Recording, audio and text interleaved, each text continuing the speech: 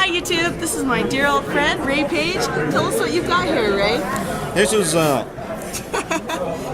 of a testy little dude. yeah, this is Heloderma hardum. So what the common name for that would be? A beaded lizard? This would be a Mexican beaded lizard. Alrighty. So tell us a little bit about this animal. Well, your first species of beaded lizards that we encounter is right after the Sonora state of Mexico is divided by a river called Rio Fuentes. And the first species of beaded lizard begins sharply after that, and it's the Rio Fuentes lizard, And which is this one here, subspecies. After the Rio Fuentes, this is the dominant species. The first one that they've come across was hardum. And down below him, you have another subspecies, Alvarezi.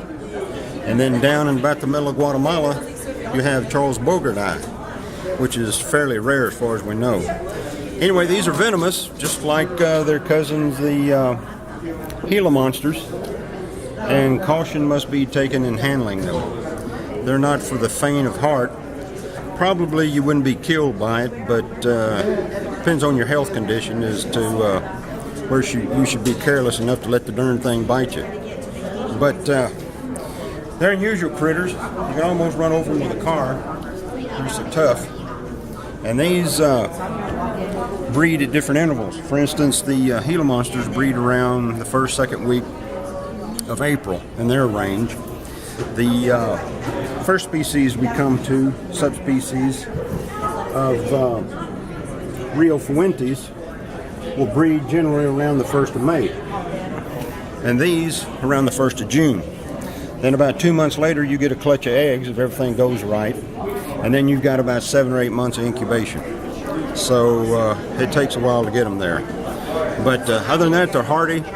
I haven't had one that wouldn't feed a baby, and haven't been careless enough to let one of these critters bite me. So if you do, I would recommend that you find first aid pretty quick. But otherwise, they're fairly docile unless you try to handle them. You won't have any problem with them.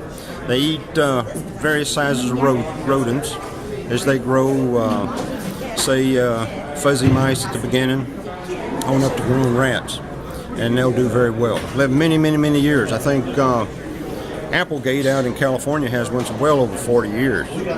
So they're a good part of your collection. Just be careful with them. They're a fine example. They're tough, hardy, and be careful. So I know you've got some beautiful beaded lizards. Do you have the other venomous lizard in the world, the Gila monster? This is the northern subspecies of Gila monster, the Heloderma suspectum cinctum. You find them from around Lake George, Utah, down the west coast of Arizona, down to around Yuma. Now these are little babies, but about how big do they get? Get about 18, 20 inches. The ones, this locale up around Lake George, Utah, probably the largest one of the cinctums. And then down below there you get the suspectum. And side by side you can see the difference between the patterns and colors and stuff. And also, like the beadeds, they're hardy, and you got to be careful, they're venomous. Venom glands are in under the jaw, and the venom, if they bite you, works up capillary motion through the teeth into the wound. And you don't want to go there, believe me. Now they breed generally around in April. They start wandering around. Nature corresponds the laying of quail eggs, rabbits having babies and stuff. At the same time, the Gilas get out, wander around, filling up that time of year with as many egg nests and baby rabbits, rats, and stuff they can eat. They stay over 90% of the time down in a hole in the ground. It's too hot on the outside, but research has shown down in the ground it gets down like 68, 69 degrees. Nice and cool. So they need to stay a little cooler. To most people, this looks like a little beaded lizard. So tell me, how somebody could differentiate a Gila monster from a beaded lizard other than possibly size.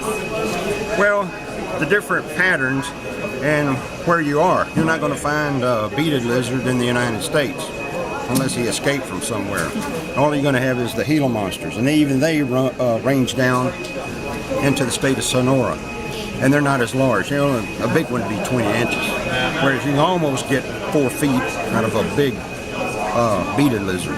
Nice. And their patterns are different.